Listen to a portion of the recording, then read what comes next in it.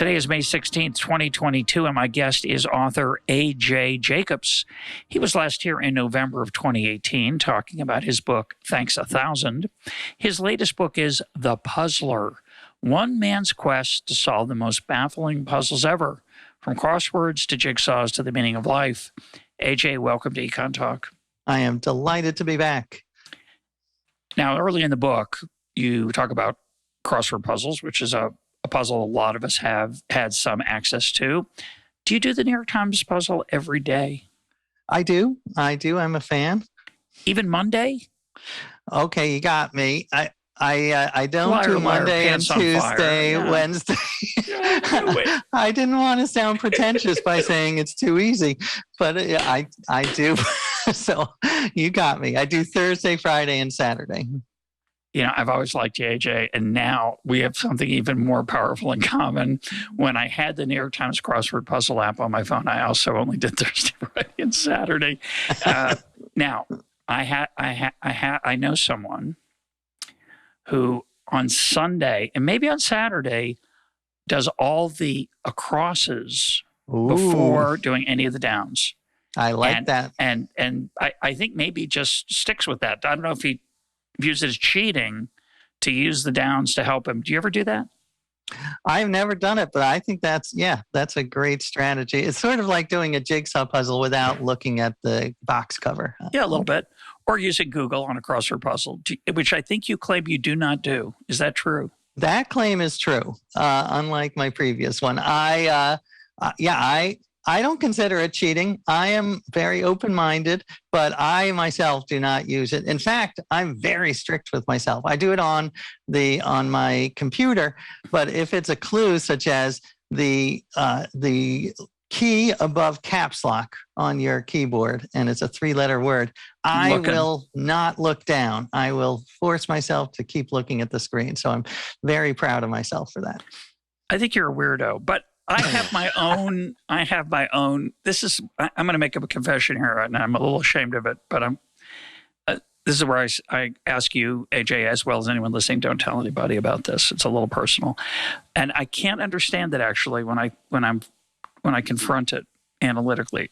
When I used to do the New York Times crossword puzzle on my phone, and I would get a clue about something obscure. Something I felt I should not be expected to know. I would look it up on Google. Interesting. But I wouldn't ask for a hint because you can cheat you can quote cheat, you can get help on the app. Right. But I didn't want the app to know. This is the embarrassing thing. I can't explain this, but I didn't want the app to know that I had cheated. So I would just go to Google and do it, and then it wouldn't know. That is hilarious. It's a little weird. I can't fully explain. Yeah, you're the weirdo. And by the way, if I could just back up for 1 second thank you. You know, I'm big into gratitude. Yeah. I want to thank you that you are partially responsible for this book because, as you know, we talk occasionally outside of the show about our projects.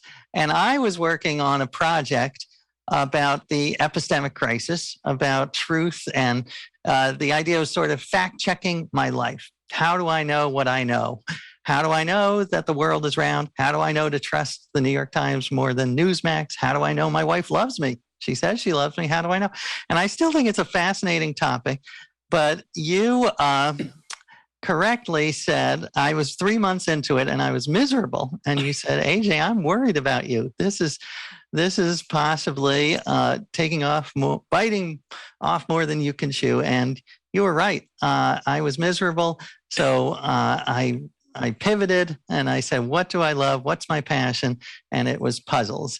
And I thought, why not spend 2.5 years exploring what I love instead of being miserable? And I leave you to deal with the epistemic crisis in your book, which is wonderful. So thank you for taking care of that.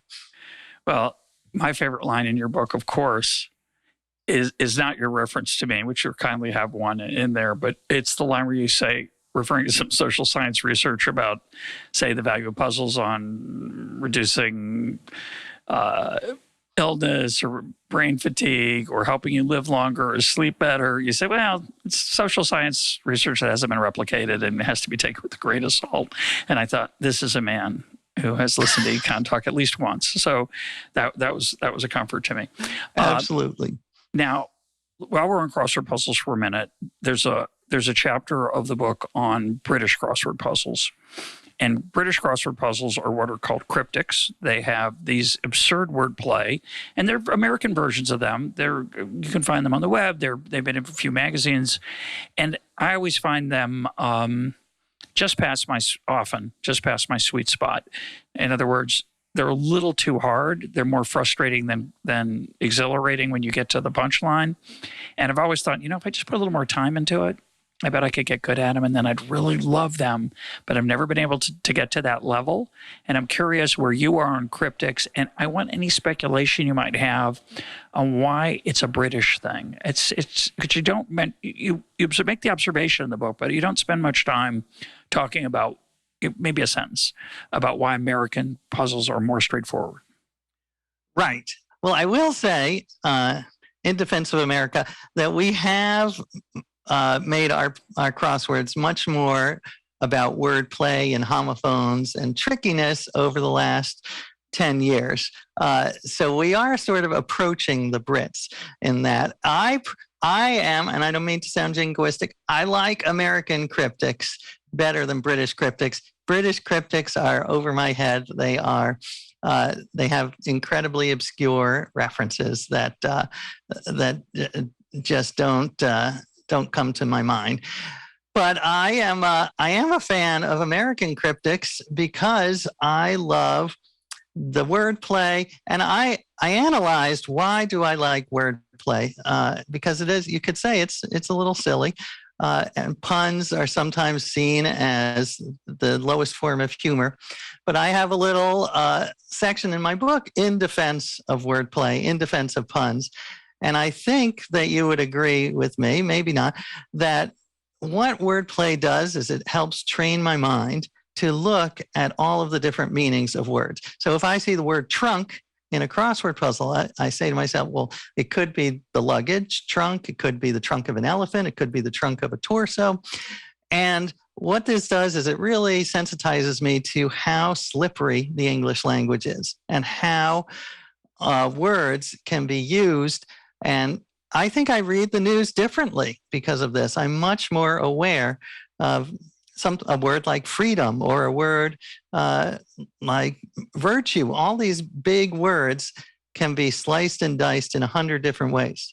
Well, we like to say on the show that are what are someone called suitcase words, which is ironic given that you mentioned trunks.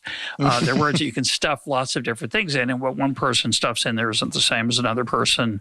And it really gets at this issue, which I think is I'm increasingly intrigued by, partly as a new immigrant to a country where I don't speak the language, but just in general, sensitizing myself to the fact that almost all language is a form of translation.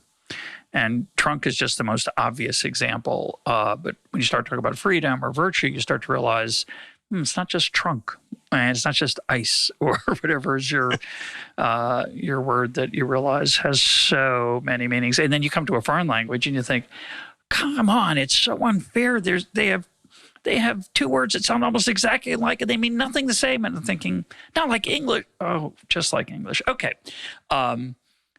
Let's talk about jigsaw puzzles. Now, you, again, very similar attitude. I've always kind of looked down on jigsaw puzzles. You claim you've got a new respect for them. So explain. Yes, that is not a lie. I am a convert. Like you, I was a bit of a jigsaw snob. I saw them as a little broad and not too challenging. And I have made a 180. I am a convert, and I'll give you the reasons why. First, I believe they do provide a different pleasure, which is a meditative pleasure. So I know you're better at you go on these 6-day silent retreats. I've never done that. So jigsaws are sort of a replacement for me. They're very meditative. You get into the zone, you get into the flow state. I also think that that's one advantage, but there are also jigsaws that are incredibly challenging, that don't put you in the meditative state, that are super tricky. I did some jigsaw puzzles that made me laugh out loud, which is bizarre. Like, you're putting together a bunch of pieces and you chuckle, but these were wood-cut jigsaw puzzles, these artisanal, it's a company called Stave, and they're super expensive. Bill Gates is a big fan because he can afford them.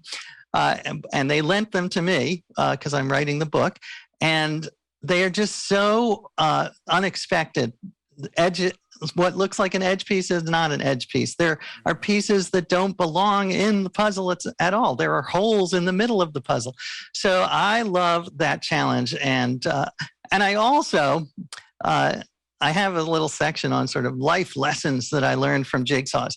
And one that I think you'll agree with is when I interviewed one of these experts on jigsaws, and she said, when you are faced with that blue sky, that expansive blue sky, and you want to throw up your hands, just remember that most puzzles, the sky is not all the same color. You've got different shades of blue.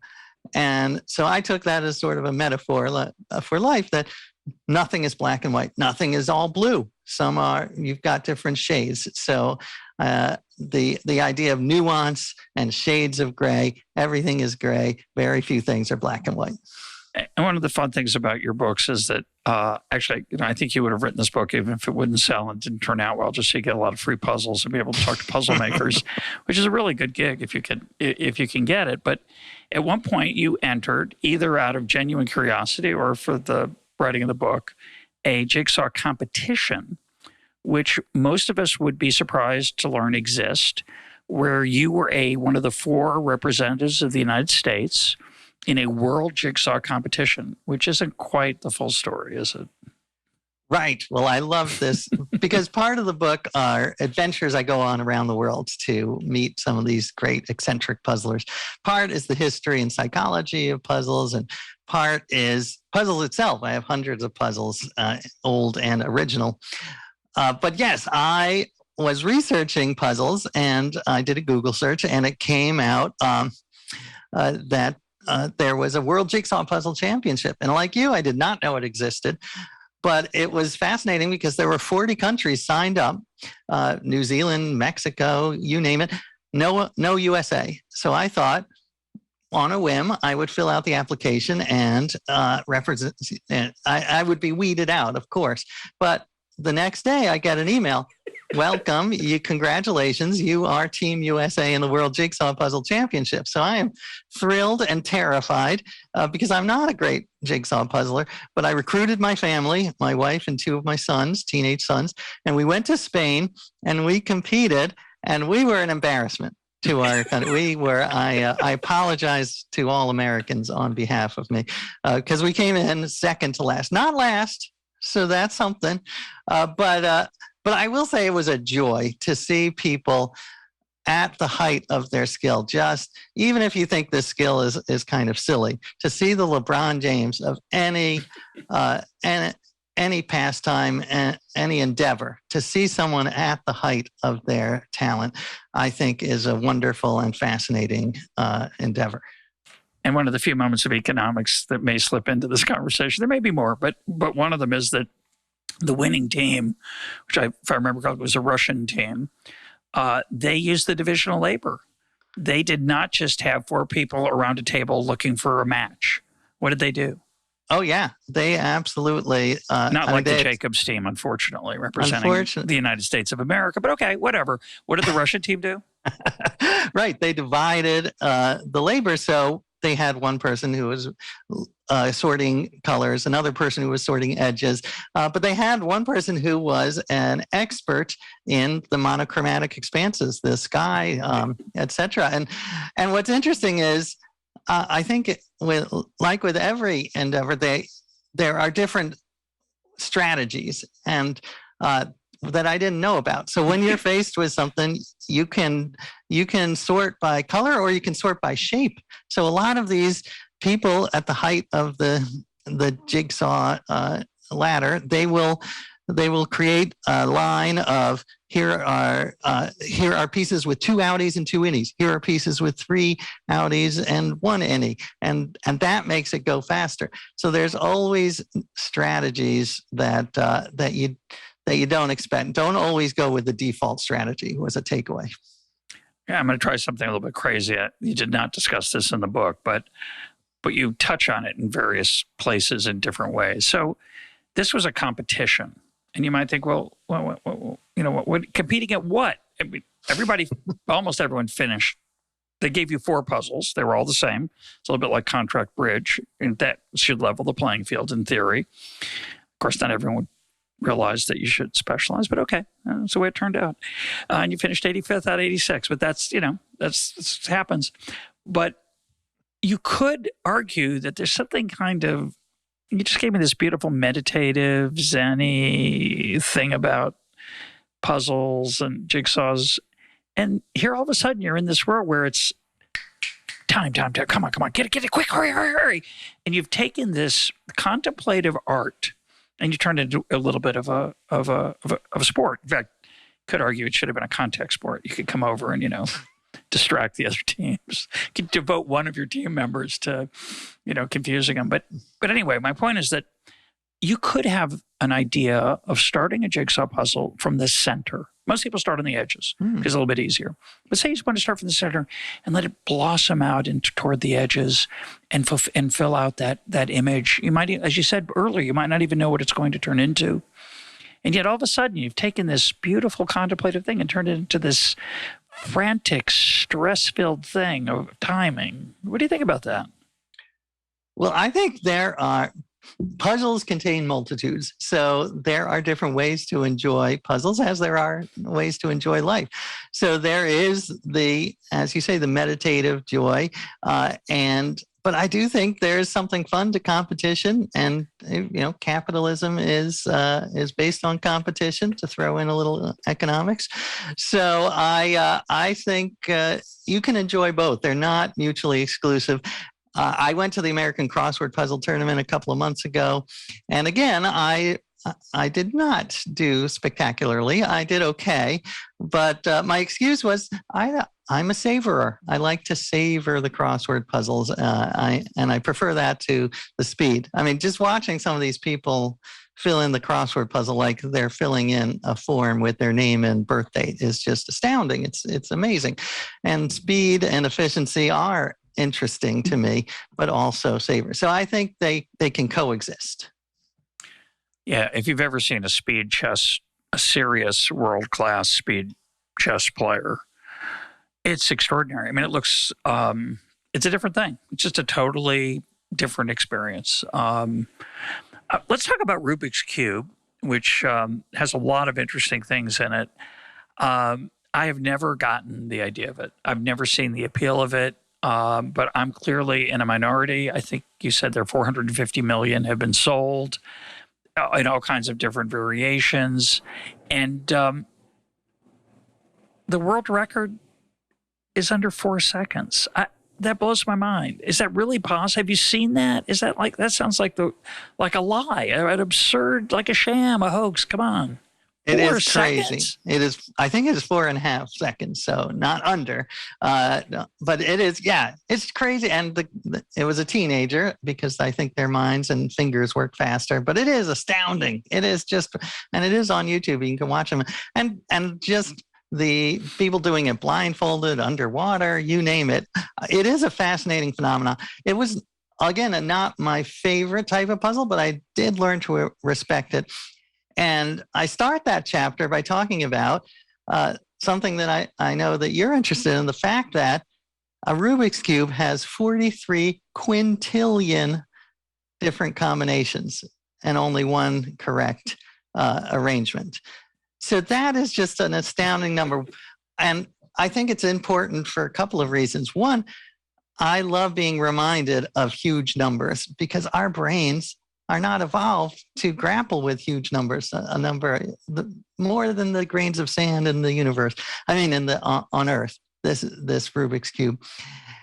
But we need to start grappling with big numbers because they have effect on our lives. The pandemic, I think we didn't understand how exponentially fast it could grow.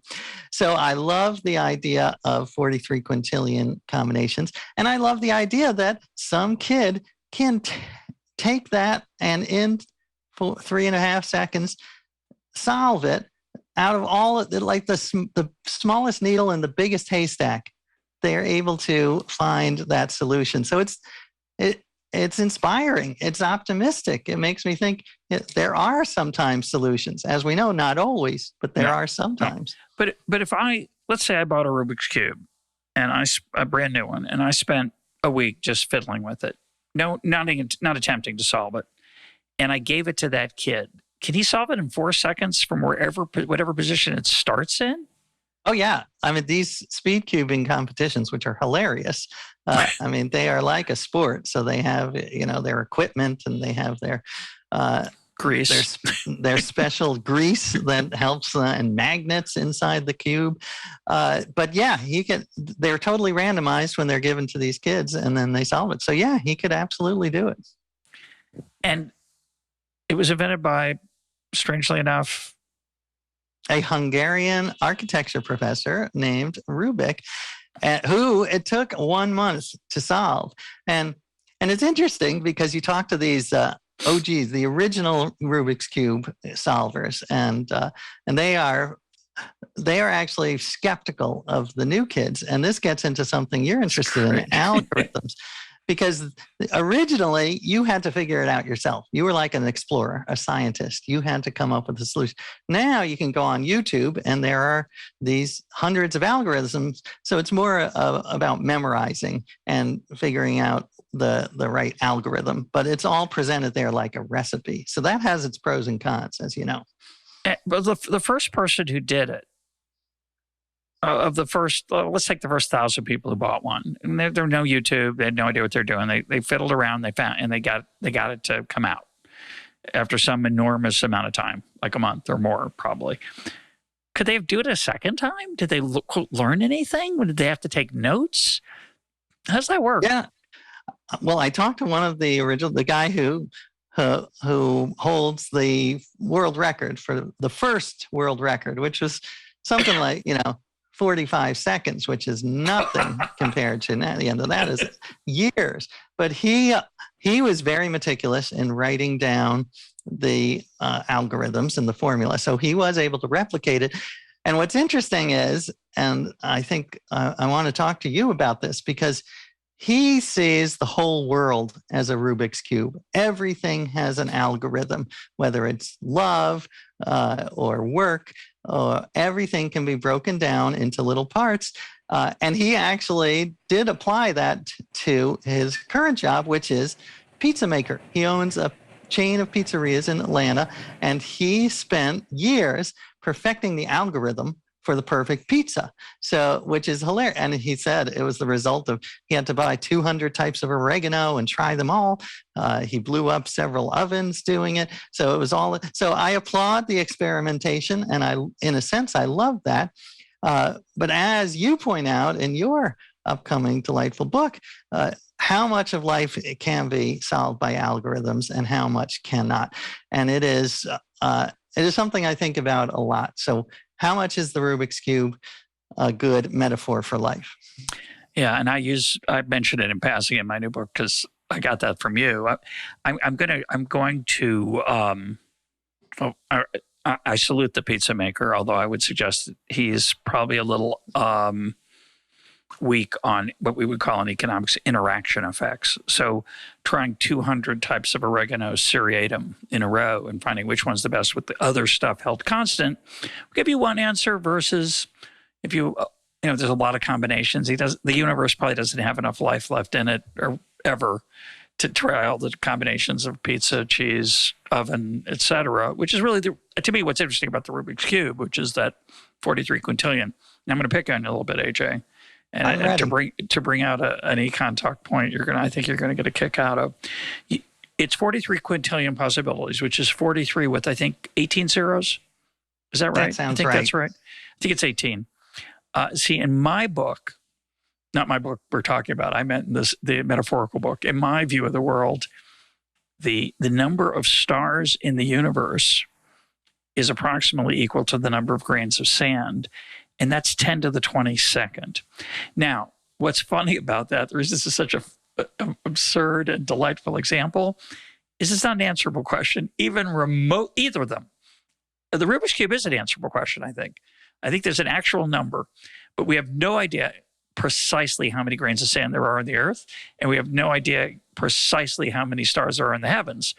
It's an estimate, right? And it's got some issues, because what's a grain of sand and what do you call a beach? And does that include my backyard? It's a little sandy. But usually the way they make some crude back of the envelope calculation, and they get to 10 to the 22nd. So it turns out Rubiks Cube isn't even close, but that's okay. I take it as hyperbole. I'll cut you slack on this one. Well, thank you. Yeah, I actually did have a fact checker on the book, so it is. I'm guessing. Yes. So so I think I may in the book not have used the grains of sand comparison. I don't think you did. I think you got sloppy here on the program. Okay, there you go. See, I thank you for being my fact checker on the program. I know I used something to try to convey. Yeah, I mean, I do enjoy the challenge of trying to convey huge numbers. What metaphors can we use? So I used the wrong one. No, you did. It's all definitely in the ballpark. I want to ask one more question about jigsaws before we leave. As we know, a bad jigsaw puzzle person, or a person on the verge of a breakdown, can push two pieces together that don't really go together. And you point out in the book, the way to find out if you've done that, and if you've forced something that doesn't really go, is to hold it to the light and see if there's any gap, any glint from the light passing through the imperfect meshing of the pieces. But how do they cut those pieces? How do you cut a puzzle? Like I could understand, hey, cut a puzzle where every piece is the same shape. That would be a really unpleasant, or some would find it exhilarating, but that's most puzzles aren't like that. You say there's 2 innies, 3 outies, but even the 2 innies, 3 outies in a jigsaw puzzle, they're all different. How do they do that? Well, yeah, it is fascinating. They have people who design the puzzles, but they make sure that no piece is the same as any other piece. And they have, and then they create sort of a massive cookie cutter, and they slam it down on the cardboard, but they test them. So it's a lot. I mean, that is someone's job, not just one person, but many people at these big companies. Their whole job is to test so they play with jigsaws all day long, trying to find if there are two pieces that are exactly alike, and if there is, then they redesign it. But it's a fascinating industry. But if I'm a jigsaw, let's say I'm a jigsaw puzzle company, and I'm going to have a scene of the Rockies, and I'm going to have a scene of great monuments in cities. I'm going to have one that's a ocean, lakeshore scene, etc. Do they use the same thing dropping down on the image each time? So in other words, yes, it's true that within a puzzle, all the pieces are different, but are all their puzzles roughly then the same shapes, just different pictures on them?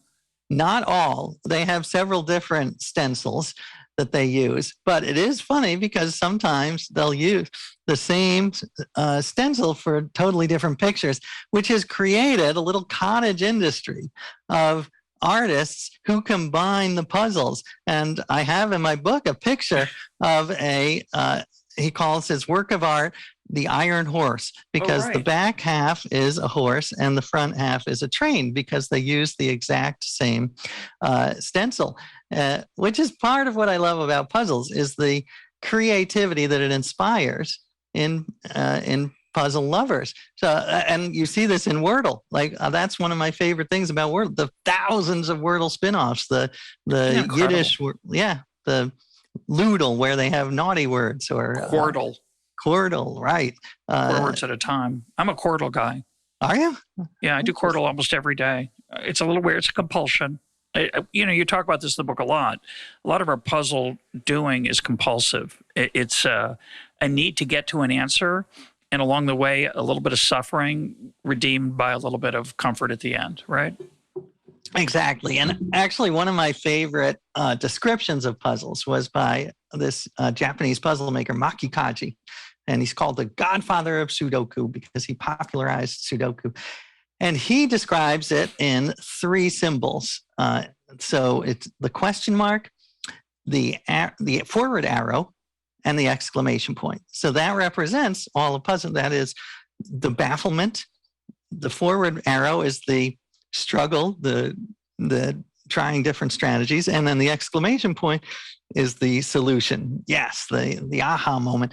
Now, what I love about him, which is very Zen, is that he says the key to puzzles and the key to life is to embrace that forward arrow, because you may never get to the exclamation point. You've got to enjoy the struggle. You've got to love the testing out, the failure, and the exploration. So that was a nice takeaway, I think, from my year, is that it can't all be about the exclamation point, because you may never get there.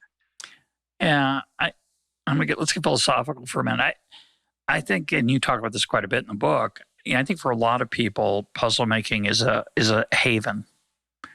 It's a solace. It's a place where there's that exclamation point waiting, and you don't have to deal with most of life. It's question mark, forward arrow, question mark, or question mark, forward arrow, question mark, exclamation point, @ sign. Like, come on. And I find this fascinating because, you and I have talked about this off the air. I'm very interested in our need for certainty. And puzzles fulfill that in a very powerful way. And I don't know if you want to, share any of your personal experience talking to all these people. Many of them are eccentric. And, it comes through kind of dramatically in the book. They're not, quote, just like most people. And I think it draws a certain kind of person, and we all have a little of this, most of us have some of this in us in various amounts, a need for that certainty and the answer. And you have a couple examples where, there's very rarely, but occasionally there's a typo, or there's a brain teaser that deliberately didn't have an answer, like, kind of like a Hegel lecture when he was professor, I'm told. Those kind of things that's not just like, oh, that's fun. It didn't have an answer, or it didn't quite all fit together. Like, that drives people insane, literally. Oh, sometimes. Yeah. It's a form of cruelty. And so talk about that. Yeah. Well, one of my favorite puzzles was in the Baltimore Sun last year, and it was a spot the difference puzzle where you have 2 images and you have to spot the difference. And there was a boy brushing his teeth, said, spot 10 differences between these 2 pictures. The next day, they had to print a correction, deeply apologetic. We are so sorry. These 2 images were actually identical. And it just broke my heart, the hundreds of hours of people looking for these differences. And again, you can say that had its upside, because you have to get used to frustration. That's a big life lesson. But yes, I think the need for closure and certainty is dangerous. As you know, that was sort of the thesis of my book that I abandoned, and that I'm hoping your book answers. But I think that if you really get into puzzles, then you do learn that it's okay not to solve everything. And the book ends with a puzzle that cannot be solved, that I co-created, a mechanical puzzle that is so complicated it will take until the end of the universe to solve. And I love that as a metaphor, because it is about embracing the journey as opposed to. But I do think, yes, the danger of puzzles is that you will think that everything has a black and white answer in life, which it doesn't. Yeah. But I view it as, you go back and forth on this in the book. Obviously, you can make a case for either side. But, for me, it's just this haven idea. It's a form of solace. Here's a place where I know things are going to turn out okay. And I find it very difficult to walk away from, an unfinished puzzle in that way. When I think about, Like you have the spelling bee. The spelling bee is as you point out, somewhat cruel New York Times puzzle of 7 letters arranged in the shape of kind of a beehive with 1 letter in the middle, and you have to come up with as many words as possible in the for using those 7 letters. And same thing happened to me that happened to you. At one point, if you're doing it on your phone, as opposed to the Sunday version in print, if you're doing it on your phone, at some point you find enough words that you get a genius rating. And I had a friend who said, it's so hard to get, to get all the words. And second time I found out about that there was this app for it, I thought, oh boy, I felt sorry for my friend. It's not hard at all. I got to genius every day for a week. And then I learned that genius is not all the words. And in fact, I never got all the words. And that was really hard for me. I find that very difficult because knowing that there are words that I could not find, I have a little trouble with that forward arrow. I have to confess, AJ. It's not easy for me.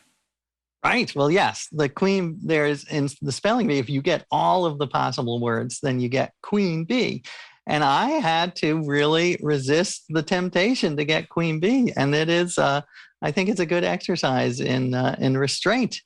But it is funny because throughout puzzles history, there's been this tension between, is this an amazing tool for sharpening people's minds and teaching them how to think, or is it a vice? I mean, the hilarious part is crosswords were invented in 1913 in the New York World, the yellow journalism paper, and they became a phenomenon. People were obsessed with them. But one paper refused to print them.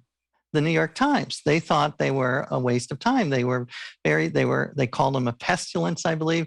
They were, if you look at the article, the coverage in the 20s and 30s of the New York Times covering crossword puzzles, you'll think it was like the crack cocaine of the day. They talk about people being murdered over crossword puzzles, divorces, eyesight. This is all true.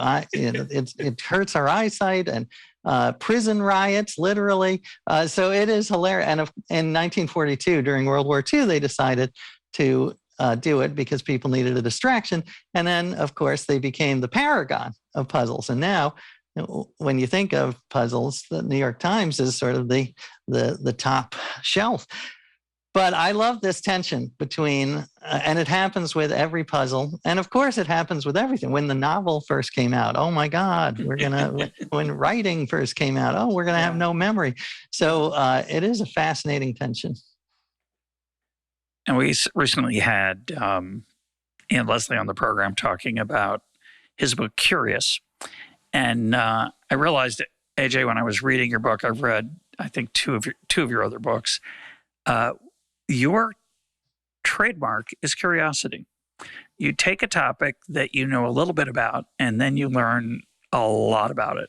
And it's a beautiful thing. It makes for a really great read. Obviously, you're an incredibly funny person. You have an extraordinarily excellent sense of humor.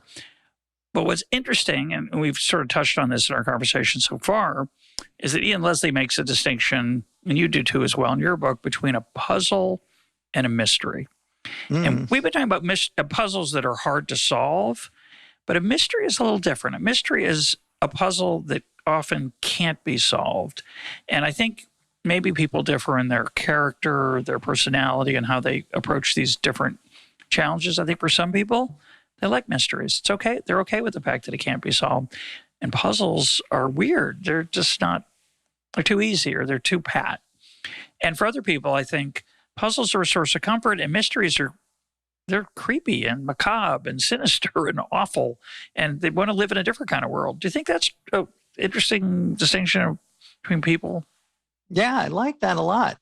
And I think my hope is that I'm fluid between mystery and puzzles, that I think it's nice to embrace both, to love to look for solutions when there are solutions, because we need that. We need much more of a solution-oriented mindset when we are faced with social problems, but also to acknowledge that there are problems that maybe don't have a solution. and to embrace that and to live with that uncertainty. So to have those two sides of our mind and embrace them. I also love, by the way, curiosity, since you bring it up. I mean, that's part of why I love your show, is Conversations for the Curious. And I think my two favorite human emotions are gratitude and curiosity. And this book is a bit of an ode to the power of curiosity. And I talk about, in my book, I heard a phrase from a child psychologist when I was in the middle of the pandemic. I went to a webinar by a child psychologist, and he said, when dealing with the frustration of kids during the pandemic, don't get furious, get curious.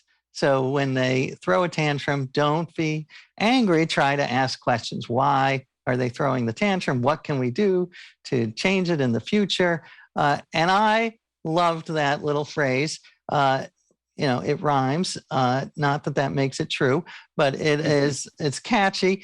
And I thought, why just apply it to child psychology? I think you can apply it to a wide variety of puzzles in life. Don't get curious. And when I am talking to someone from the other side of the political spectrum, I could see it in two different lenses. I could see it as a war of words, and I'm going to try to beat them over the head with my facts. And that rarely results in anything productive. In fact, it's probably counterproductive. Or I could treat it as a puzzle. Why do they believe what they believe? Why do I believe what I believe? Is there any evidence that can change it? Maybe not. Maybe. Where do we go from here?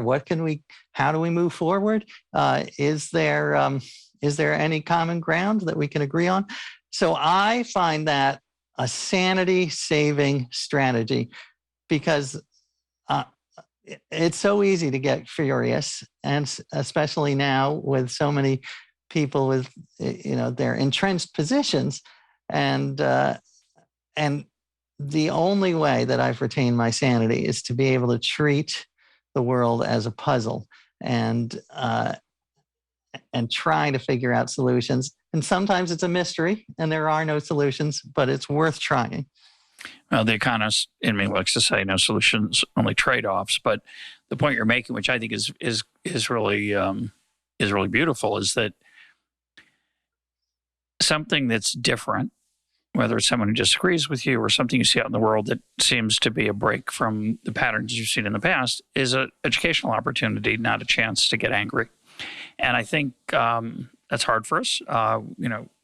We live in very tribal times, but I really love that. Don't get furious, get curious, or more furious, more curious, less furious is another way you say it. It reminds me of my favorite bumper sticker. Wag more, bark less.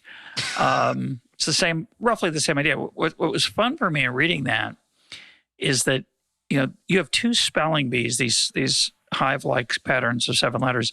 One of them I got pretty quickly, because this thing we didn't talk about. It's not just the number of words you can create out of the 7 letters. It's also a word of at least 7 letters that can be made, and sometimes more than one. That use all 7. And you have 2 you happen to put in there. One of them I got within, 30 seconds. The other one, I'm not sure I have it. We'll talk off the air later. I don't want to spoil it. I have a word. I'm very dissatisfied with it. It's like, are you kidding me? Is that really their 7-letter word? I'm hoping they won't take that. But if that's true, I don't have it yet. And that's a irksome thing. I don't get furious about it. But you talk about puzzles that are so maddening that they make you furious. My grandfather, who did not finish high school, I'm not sure he went to high school. I think he dropped out in the 6th grade. He liked to do the New York Times crossword puzzle, but he would curse at the puzzle.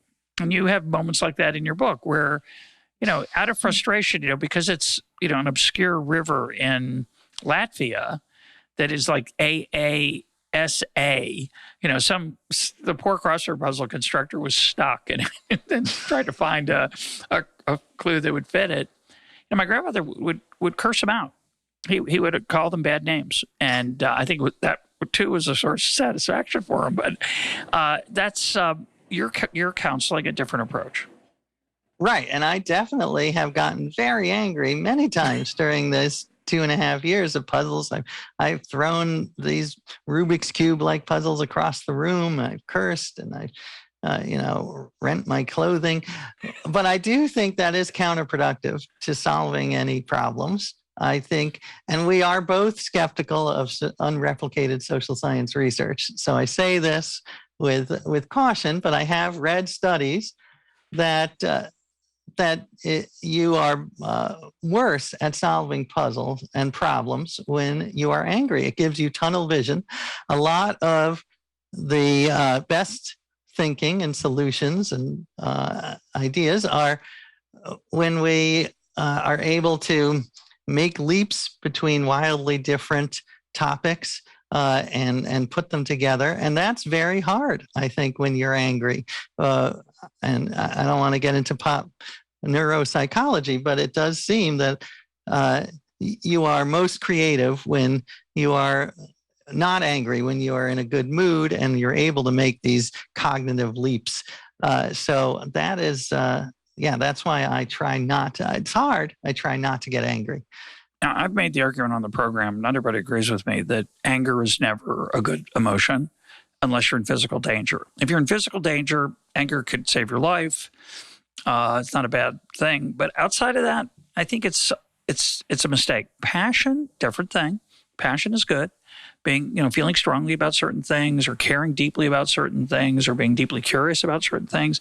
But anger, where basically, to me, what anger means is I am cutting loose. I'm going to ignore my conscious mind and let my visceral responses take over. And again, if your life's in danger, that could save your life. Other than that, I think it's a mistake. Where do you stand on that? I am in your camp, and I know that we are the minority. And I'm sure anger, like everything, it's got its pros and cons. It can be extremely effective in social change. Like a lot of the recent social movements have been anger-based and outrage-based, and they have made change. And so that maybe that's good. I want to be epistemically humble and say that it does have. But I also worry that these changes, since they're based on outrage, just generate more outrage from the other side, and that it's just going to continue to spiral. And instead of creating a lasting solution, it's going to have some long-term problems.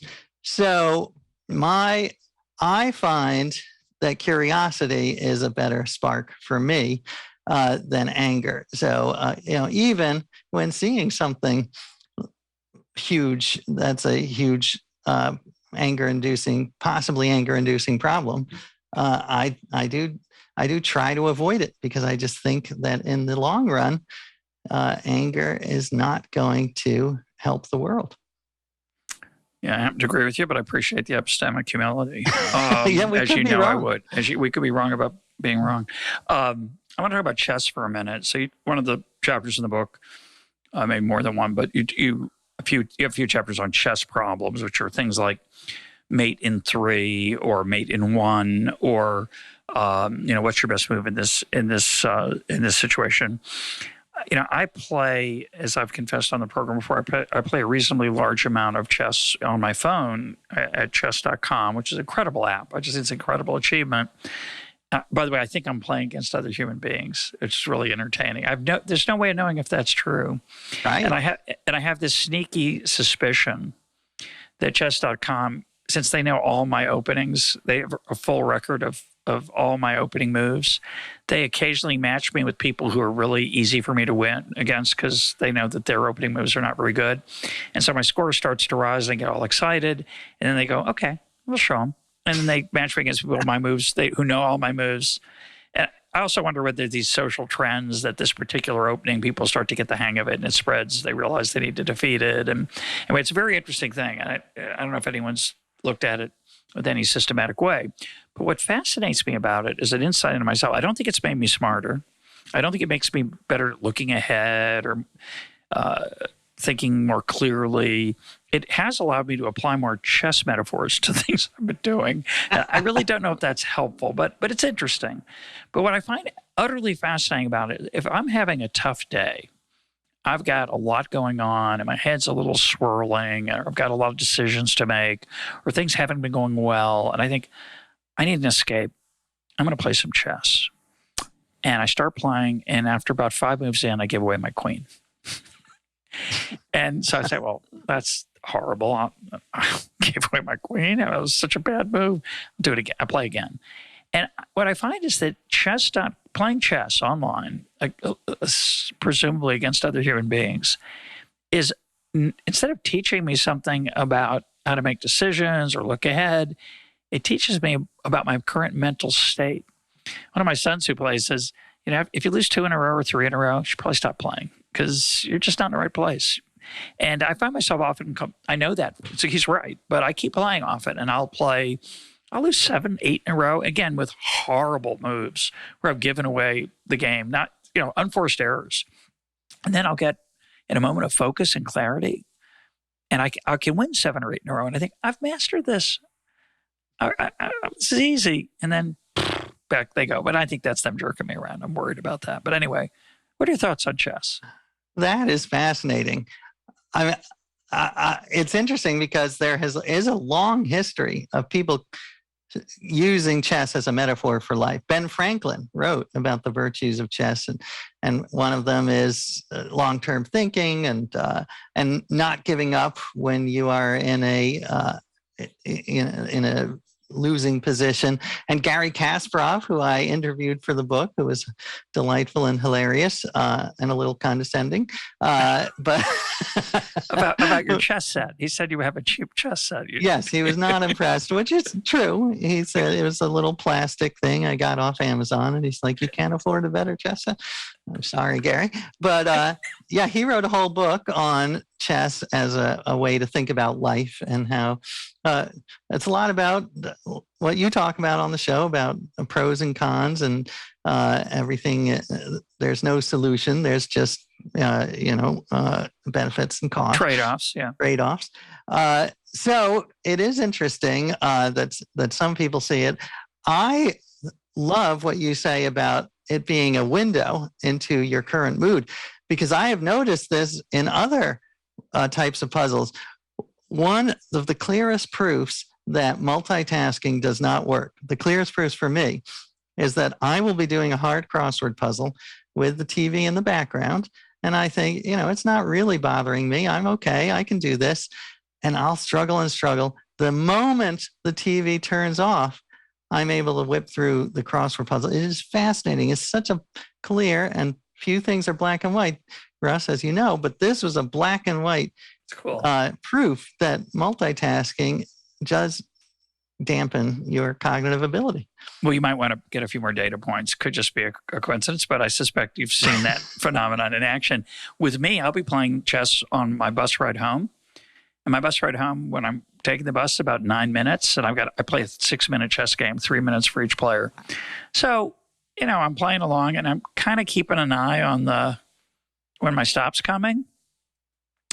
I play horribly on the bus. I mean, if I get a win on the bus, it's an enormous triumph, because even though my opening is pretty standard each time, I kind of, I know what I'm doing. You're right. When I'm distracted in the slightest amount, my game goes down badly. It's fascinating, actually. It really is. Yeah. I mean, focus is huge. Can we talk about Gary Kasparov? Oh, sure. So Gary Kasparov is famous for a lot of things. He has a lot to say about the world. He's been an important voice for human rights. And you could argue, most famously, the man who lost to IBM's Big Blue the first time, right? He's the first person, I think, first grandmaster to lose to a computer. He, like Tyler Cowen on this program, argues in your book that human beings plus machines are the way to go. They're not going to replace us, which is comforting. He's a very smart man. Should make you feel a little bit better. But what I'm really curious about is, how'd you get him to come to your house? Now, if you don't want to talk about it, we'll edit this all out. But to get Gary Kasparov to come to your house, that's pretty cool. I mean, it's one thing to say, hey, Gary, I'm writing a book. Could you come by? I mean, I'm a horrible chess player, but I really appreciate it. Oh, yeah. Anything interesting there? And how long did you spend with the man? Well, yes, I will. I will tell you that. Let me just say though, I loved when he said, I was asking him about the dangers of AI, and he said, "Listen, I am the first knowledge worker who was whose job was threatened by AI," which right. I thought was a great way to look at it. Yeah. And he says, "I'm not worried. I think we can work together." So as you say, that made me feel a bit better. Well, it was funny because I emailed him very early on in the research of my book and I never heard back. So then I emailed him one more time. I thought that wasn't rude and I didn't hear back again. And then finally, months later, he said, "Hi, this is Gary. I'm willing to come over." There were a couple of things, I don't know how interesting they are, that helped. One is we have a mutual friend, and I had met him at this friend's podcast, and a guy named James Altucher, who's very into chess. And also, I happened to be that CBS Sunday Morning was following me around, and they wanted to film my chess lesson with Gary. So, I may just be a writer, but if you throw in CBS Sunday Morning, then that helps. That's so cool. I will encourage listeners, we'll try to put a link up to this. There is a clip of Bobby Fischer from the Dick Cavett show. Dick Cavett was a talk show host in the 70s, I think. Mm-hmm. Can't even remember now. I used to love to watch him. And that Bobby Fischer clip is amazing. And by the way, he talks about this focus thing that, chess is at the highest level is clearly a sport of unbelievable stamina, physically and mentally, to stay focused for that length of time. You can't just say, I'll just make a move that looks pretty good right now, and then you lose. You know that clip? Or some of those clips of him on the Cavett show? It's amazing. Well, I think I'm thinking of a different clip. Tell me about yours, and then I'll tell you the one I had. There's a bunch of fun things about it. One is Bobby Fischer trying to appear somewhat modest, which does not come easily to him. This is before I think he went into some very strange places. But at one point, and you could assume that this was set up, but I don't think it was. Cavett asked him some question, and of course, Bobby Fischer recreates from memory a famous position either from his match. It was his match against, what's his name? Spassky, Boris Spassky. And for those of you who were young, I think it was 1972 or so. I was 18. It was very vivid for me. It was the only time in my life until the Queen's Gambit, the miniseries, where chess was like glamorous. And PBS broadcast this chess match as if it was the World Cup. And of course it was the World Cup for chess, but most people don't care about chess. But this ignited a lot of interest in chess. And so at some point in the Cavett conversation, Cavett says, in that game, what did you do? Oh, I think it looked like this. And he lays all the pieces out, shows the moves, shows why he did what he did. It's a really beautiful little lesson. That's my clip. I love that. And my clip, I was thinking he went on Johnny Carson's Tonight Show, and because you know what I'm talking about? No, but go ahead. Sorry. Well, there's another puzzle called the 15 puzzle, and you've probably seen it. It's the little square with tiles, and there are 16 spaces, but 15 tiles, and you have to rearrange it so that it goes sequentially 1 to 15. And this was actually this was the Rubiks Cube of the 1880s. It was people went nuts. And again, the New York Times wrote outraged editorials about it. But anyway, Bobby Fischer claimed that he was the best 15 solver in the world, the fastest, and he went on Johnny Carson to prove it. So that is another fascinating Bobby Fischer clip. Complicated man.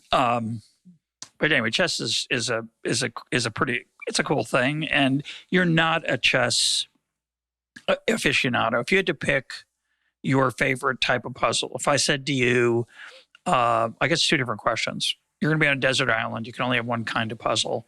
What would you take? Because that's for what's going to sustain your interest for a long period of time. And then the second question, I guess, would be, I'm only going to let you do one puzzle. And that's it. Never going to let you do another puzzle after that. You can just choose one. What would you choose? I am a word nerd at heart. And so I loved exploring the logic puzzles and the and the mechanical puzzles. But yeah, I still think that my first love is my true love. So crosswords. I might choose a cryptic on the desert island because it takes so much longer. It is, I mean, the crosswords I'm able to do in a reasonable amount of time, but the cryptics will just occupy me. Hopefully I'll still have time to forage for food, but yeah, it would keep me busy. Do you read Rex Parker? You know what's funny is I don't think he's in the book. No. And for those who don't know him, he writes a daily column about the New York Times crossword, and it's very funny, but very snarky. And he has very high standards, and he does not like a lot of them. So it's funny because a friend of mine told me his favorite thing to do is he doesn't read Rex Parker regularly, but when he loves a puzzle in the New York Times, he will go to Rex Parker to see why it's terrible, to see why Rex Parker hates it so much. So he's kind of a hate solver. So I did consider putting him in because he is funny, but I felt I had enough anti-crossword voices, especially with the New York Times early editorials. Well, you call him snarky. I think he's a little bit cranky. In that, so I'll do a Sunday New York Times, which I now get in Israel. I think we get him through the Jerusalem Post. I can't remember where. I think that's where we got him. And I have to mention, your book opens. Actually, let's digress for 1 second. Tell us how your book opens. One down. My book opens because a few years ago, about 7 years ago now, I was the answer to a clue in the New York Times crossword puzzle. It was author A.J. blank, and the answer was Jacobs. It was one down, and I was ecstatic, of course. As a word nerd, this was the highlight of my life. My wedding was pretty good, but this was the holy grail. And then my brother-in-law emailed me, and he did congratulate me, so I want to get that out there. But he also pointed out that this was the Saturday New York Times crossword puzzle. And as we mentioned, that is the hardest of the week, harder than Sunday. And all of the answers are totally obscure. You're not supposed to know them. So his point was, this is not a compliment. This is proof in black and white that you're a nobody, that no one knows who you are. And so I was, crushed and went on a little emotional roller coaster. And the happy ending, though, is that I told that story on a podcast, and it happened that one of the New York Times crossword makers was listening and decided to save me and put me in a Tuesday puzzle, which is not a Monday, but I will certainly take a Tuesday because I don't belong there. And he was very clear that I did not really belong there. He had to make the crossing clues incredibly easy to compensate. But because that's where Biden or Lady Gaga, that's where they are in the Tuesday, not me. But that was truly the highlight of my life. So I start the book with that anecdote. So I mentioned that partly because we just did my wife and I just did a Sunday puzzle. I don't know when it actually came out. I don't know whether I don't pay any attention to whether the Jerusalem Post runs them, soon or later. But it had a clue where the answer was economist Emily blank, and that's Emily Oster, past EconTalk guest. So now at least 2 EconTalk guests, maybe more, have been featured in the New York Times. And I hate to tell you this, AJ, it was a Sunday, which is a pretty good place to be. Maybe someday, with this book, you'll get to that level. But when I do a Sunday that I find intellectually offensive, because the theme is not up to what I consider the standards of the New York Times Sunday crossword puzzle, I go to Rex Parker, and he always backs me up. Do you remember one in particular? Not to pick on. I'm not going to say it. I will not repeat it. But his view, the reason I say he's a little bit cranky, is that I've noticed that in recent years, he's increasingly dissatisfied. Now, it could be they're just not as good as they used to be, or Will Shortz, the editor you feature the book, which is fabulous because we all want to know something about Will Shortz. If you care about crossword puzzles or puzzles generally, that he's gotten, either sloppy or careless or to whatever, and maybe he's under pressure, who knows? But anyway, Rex Parker is not happy with the quality of the Sunday. I have not noticed a decline in quality. But I do notice that the quality varies from day to day. And that's because it is an art form. It is. Yeah, it's true. I really gained respect for the crossword makers because it is, and some of the themes are so clever and some are sort of phoned in.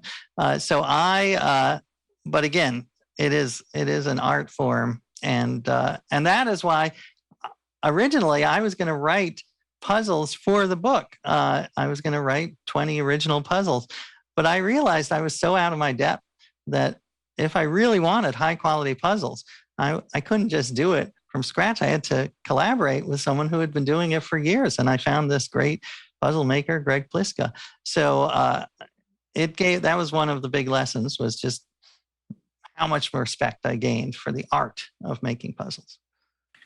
So I want to close with another harsh judgment on my part. I mean, obviously, before I do, I have to mention, when you mentioned the chess as a metaphor for life, of course, Adam Smith in The Theory of Moral Sentiments describes the man as system as one who would move the pieces of society around as if they were members of pieces on a chessboard without a motion of their own.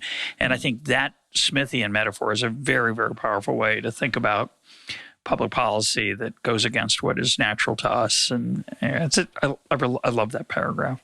I just butchered it more or less, but you get the idea. We'll put a quote, we'll put a link up to it. But to continue this brutal cross-examination, which I'm putting you through, AJ, your book is it's entitled, let's get this right, The Puzzler, One Man's Quest to Solve the Most Baffling Puzzles Ever, from Crosswords to Jigsaws to the Meaning of Life. I think you're a little thin on the meaning of life. You know, I think a lot of people are going to pick up that book and go like, where's this? It shouldn't just get a chapter. We should get a large section. No, it's a big issue. What do you got for me there? Well, I do think I address the meaning of life. And I think, and this may sound flippant, but I actually do believe it deeply, which is that the meaning of life is partly in the search for the meaning of life. It's about curiosity. And as you know, you're a fan of curiosity. I'm a fan of curiosity. But that, to me, we may never find the meaning of life. And in fact, I don't think we will. I think it's one of those impossible puzzles or mysteries, as you refer to them. But for me, the joy, the meaning, what gives my life meaning is trying and searching. So again, that arrow in between the question mark and the exclamation point. So that, now I just gave away the spoil. Now I feel like it's a spoiler. No one's going to buy the book. But that to me is the partly what the meaning of life is. My guest today has been AJ Jacobs. His book is The Puzzler. AJ, thanks for being part of EconTalk. My pleasure. Thank you.